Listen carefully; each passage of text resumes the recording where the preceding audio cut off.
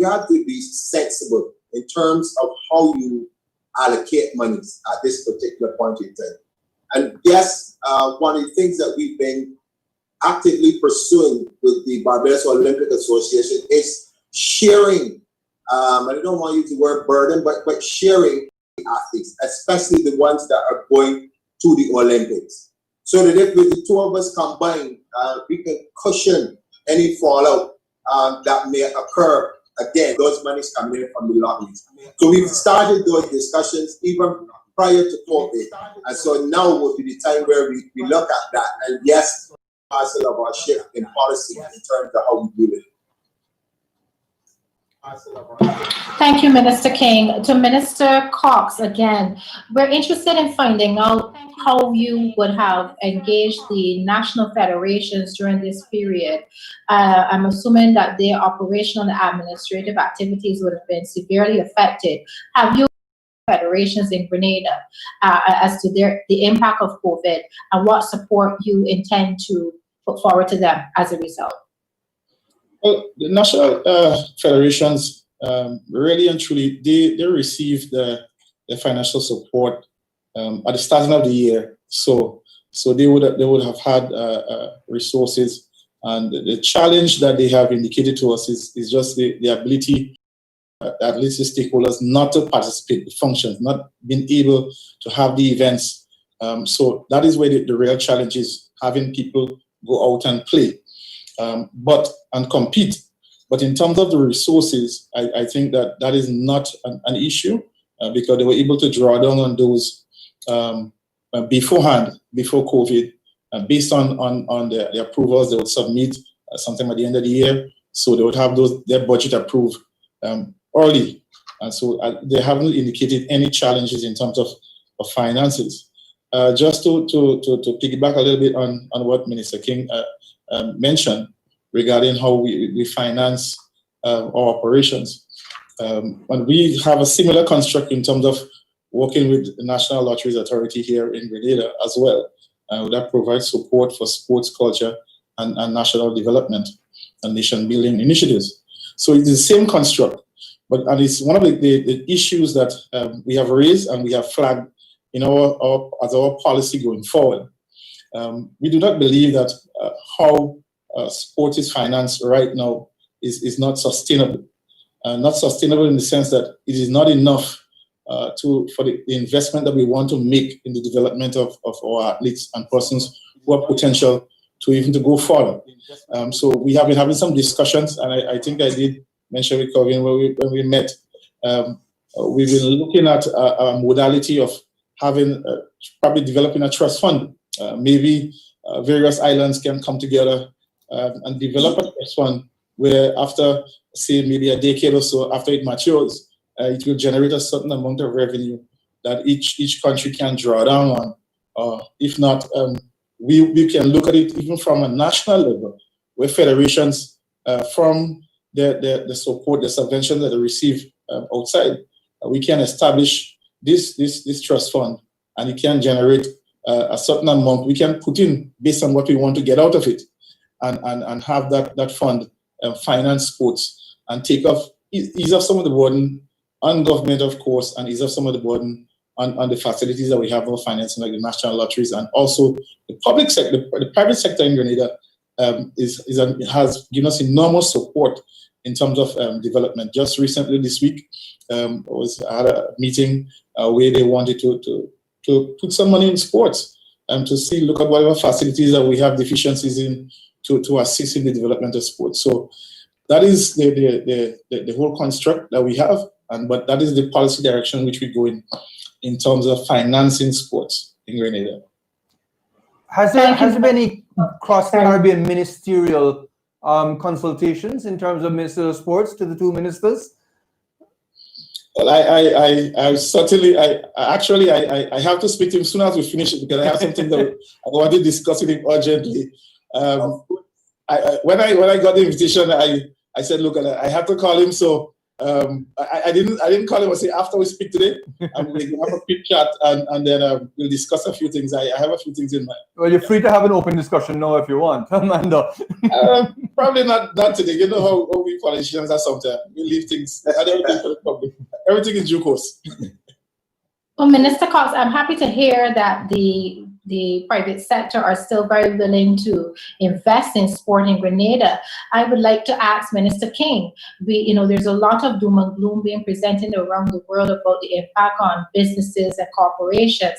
Have you gotten a sense, Minister, of what the corporate sector in Barbados are saying? Have they said anything to you? Already we'd had some challenges in terms of the level of investment. So just wanted to find out what's the conversation being had there in that respect. Well, I think in Barbados you have some normal players, so to speak, let me put it that way, who would always be involved in whatever sport it is, and we have a wide array of sports that happen on island. Again, with the tourism drive to them, and pretty much like what Mr. Cox was speaking about, that is where you find the investment most of all from the private sector. In terms of our refurbishing program, we would have companies who would, let's say, supply paint, not necessarily supply finances to do that, but would come in and help. And they're still pretty much on board and pretty willing to do what we requested of them. So our conversations really now are about more, when do we start back with the refurbishment projects and how do we move forward, more than actually seeking actual funding to do things. Because I think one of the things that you have to bear in mind that we do have an extremely small population. And so for if you use, let's say, 1% of your people actually being actively involved in sports, that kind of it doesn't call for a lot of money, so to speak, to do a lot of the things that we need done. We've done a pretty good job in facilities and that sort of stuff. When you talk about the elite athletes now, I've been trying to do some calculations and talking to some of my colleagues across the Caribbean and other parts of the world, like in Canada, for instance. When these guys would explain to me the amount of money that they have to spend and the amount of hours that they have to put in to get one athlete ready for Olympics, that is way beyond, if you're being reasonable, what we can do. And a lot of the athletes that we have who are actually at that stage are overseas, pretty similar to what Mr. Cox was saying. So what we try to do is to support them as best as we can from this end. But a lot of the stuff that is needed, and I would agree with you if you said it earlier, we need some more intake. But I think unknowing how COVID is and what the ramifications are going forward, I think everyone has to think in terms of how do we make best use of what we have, and then look at maybe changing how we deal with it as we go forward. But I would say that we are pretty comfortable at this point in time.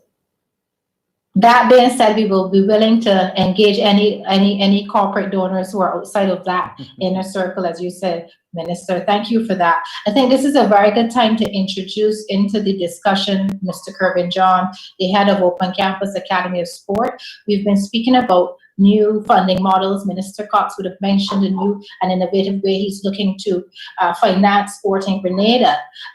Kervin, can we get you in to talk a little bit about some of the opportunities? They say never waste a good crisis. So from a sport policy and sport governance perspective, what are some of the ideas that you've been thinking about in terms of how we can approach post-COVID? Thank you, Amanda, and good afternoon to everybody. I do think it presents a plethora of opportunities. You see, in sport, most times the administration of sport and the operational side of sport tend to be in contention. With the operational side, we're constantly going from meet to meet, event to event, organization to organization. We tend to be disconnected a bit from our policy and strategic directions. This current situation offers us a chance to align those operations, to have alignment between administration and operations, as well as our policy direction, to realign our policies. One of the things I've found in the region, especially, most of our operations tend to be separate and apart from our policy direction. the policies would say one thing, but then when you look at what happens in sport, it's totally different without much time to sit down and have that realignment. Given the way things are going now with the operational side on a slow, more or less, on a downturn, it gives us an opportunity to go back to the drawing board, look at our policies, evaluate where we're at. It even offers us a chance to look at our operations itself and see what's going on, what is working for us, what is not working for us, and have that realignment. Our strategies tend to be out of sync with our policies, so we do have that time to go back to the drawing board and align those, right? Given the fact that, one, emanating out of this crisis, we know we're going to be facing some serious budget cuts. I tend to tell persons we tend to treat sport as a bad stepchild in most instances. If you look at any policy, you'll see the amount of benefits we tend to recoup from sport. We want from sport, but then when you look at the inputs that go into that, they don't match up. There's this quality. So coming out of this, we know we're going to have budget cuts, especially sport. We tend to speak a lot of sport development, but when you look at the whole pie, sport tends to get that smaller piece. So given that we're going to be facing that cut after this and post this, in fact, we're facing it now, we have to then ask ourselves, okay, how can we be more efficient as sport ministries, as sport administrations? And I think we may have to look at is our operations per se. In some instances, there is a lot of wastage that we don't take into account, as well as wastage, we tend to have duplications across agencies. So I think the opportunities lie right now for us as the